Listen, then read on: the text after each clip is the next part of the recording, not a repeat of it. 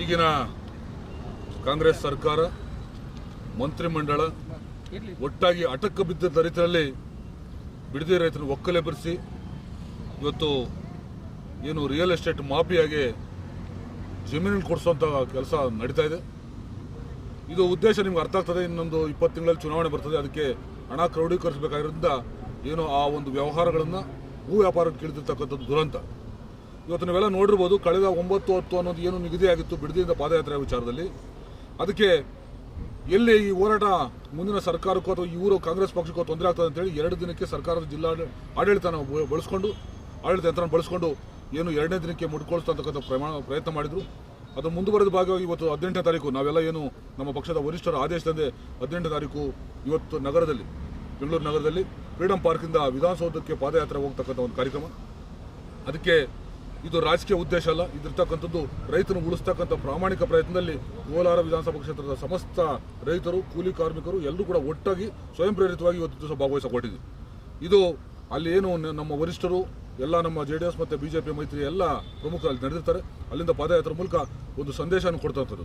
ಇದು ರೈತರ ಹೆಸರಲ್ಲಿ ಏನು ನೀವು ಪ್ರಮಾಣ ವಚನ ಸ್ವೀಕಾರ ಮಾಡ್ತೀರಿ, ರೈತರನ್ನ ಇವತ್ತು ದಿವಾಳಿ ಮಾಡ್ತಿದ್ರಿ, ಏನು ಅವರನ್ನು ಒಕ್ಕಲೆಬ್ಬಿಸ್ತಕ್ಕಂಥ ಕೆಲಸ ಮಾಡ್ತೀರಿ, ಇದಕ್ಕೆ ನಮ್ಮ ವಿರೋಧ ಇದೆ.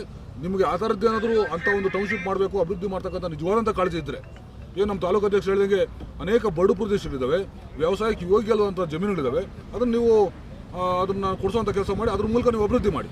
ಉದಾಹರಣೆ ಹೇಳ್ಬೇಕಾದ್ರೆ ನಮ್ಮ ಜಿಲ್ಲೆಯಲ್ಲಿ, ಕೋಲಾರ ಜಿಲ್ಲೆಯಲ್ಲಿ ಇವತ್ತು KGF ಅಂತ ಒಂದು ಕ್ಷೇತ್ರ, ಅಲ್ಲಿ ನೀವು ನೋಡಿರ್ಬೋದು 1000 ಎಕರೆ ಸರ್ಕಾರಿ ಭೂಮಿನೇ ಇದೆ. ಅಲ್ಲಿ ವ್ಯವಸಾಯ ಮಾಡೋಕ್ಕಾಗದಂಥ ಪರಿಸ್ಥಿತಿಗಳಿರ್ತಕ್ಕಂಥದ್ದು.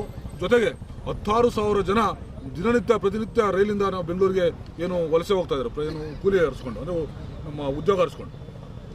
ನೀವು ಆ ರೀತಿ ಕಾಳಜಿ ಇದ್ದರೆ ಬನ್ನಿ, ಆ ಟೌನ್ಶಿಪ್ ಅಥವಾ ಏನು ಕೈಗಾರಿಕಾ ಏನು ವಲಯ ನಿರ್ಮಾಣ ಮಾಡಬೇಕು ಅಥವಾ ಟೌನ್ಶಿಪ್ ಮಾಡಬೇಕಂತಂದರೆ ಅಲ್ಲಿ ಕಾರಿಡಾರ್ ರಸ್ತೆ ಇದೆ, ಜೊತೆಗೆ ರೈಲ್ವೆ ಸಂಪರ್ಕ ಇದೆ, ಅಂತಾರಾಜ್ಯ ವಹಿವಾಟು ನಡೀತಕ್ಕಂಥ ಒಂದು ಕೇಂದ್ರ ಮತ್ತು ವಹಿವಾಟು ಇರ್ತಕ್ಕಂಥ ಒಂದು ಸಂಪರ್ಕಗಳು ಇವೆಲ್ಲ ಇರೋದನ್ನ ನೀವು ಟೌನ್ಶಿಪ್ ಮಾಡಿ ಅಲ್ಲಿ ಅಭಿವೃದ್ಧಿ ಮಾಡಲಿಕ್ಕೂ ಆಗ್ತದೆ, ಉದ್ಯೋಗ ಕಲ್ಪಿಸಿದಂಗೂ ಆಗುತ್ತೆ, ಮತ್ತು ಎಲ್ಲ ರೀತಿಯಲ್ಲಿ ಕೂಡ ನಿಮಗೂ ಕೂಡ ಒಂದು ಸಾರ್ಥಕತೆ ಬರ್ತದೆ. ಆ ನಿಟ್ಟಿನಲ್ಲಿ ರೈತರಿಗೆ ಜೊತೆಯಲ್ಲಿ ಇವತ್ತು ಏನು ಹೋರಾಟ ನಾವು ಹೊರಟಿದ್ವಿ, ಇವತ್ತು ನಮಗೆ ಅಭೂತವಾದಂಥ ಒಂದು ನಮ್ಮ ರೈತ ಮುಖಂಡರು ಮತ್ತು ಎಲ್ಲ ನನ್ನ ಪಕ್ಷದ ಕಾರ್ಯಕರ್ತರು ಇವತ್ತು ದಿವಸ ಏನು ಜೊತೆಗೂಡಿದ್ದಾರೆ, ಅವ್ರಿಗೆಲ್ಲರೂ ಕೂಡ ನಾನು ಧನ್ಯವಾದ ತಿಳಿಸ್ತೀನಿ. ಏನು ಇವತ್ತು ಬಂದಿದ್ದಾರೆ ಬಿಡದಿ ರೈತ ಜೊತೆಗೆ ಸಮಸ್ತ ಕೋಲಾರ ಜೊತೆಯಾಗಿ ಸಮಸ್ತ ನಾಡಿನ ರೈತರು ಅವ್ರ ಜೊತೆ ಇದ್ದಾರೆ. ಅದನ್ನು ಕೈ ಬಿಡೋವರೆಗೂ, ಬಿಡದಿ ಟೌನ್ಶಿಪ್ ಆ ಒಂದು ಪ್ರಾಜೆಕ್ಟ್ ಕೈ ಬಿಡೋವರೆಗೂ ನಾವು ನಿರಂತರವಾಗಿ ಏನು ಹೋರಾಟ ಮಾಡ್ತಿದ್ವಿ. ಅದು ಇವತ್ತು ಸಾಂಕೇತಿಕ ಹೋರಾಟ.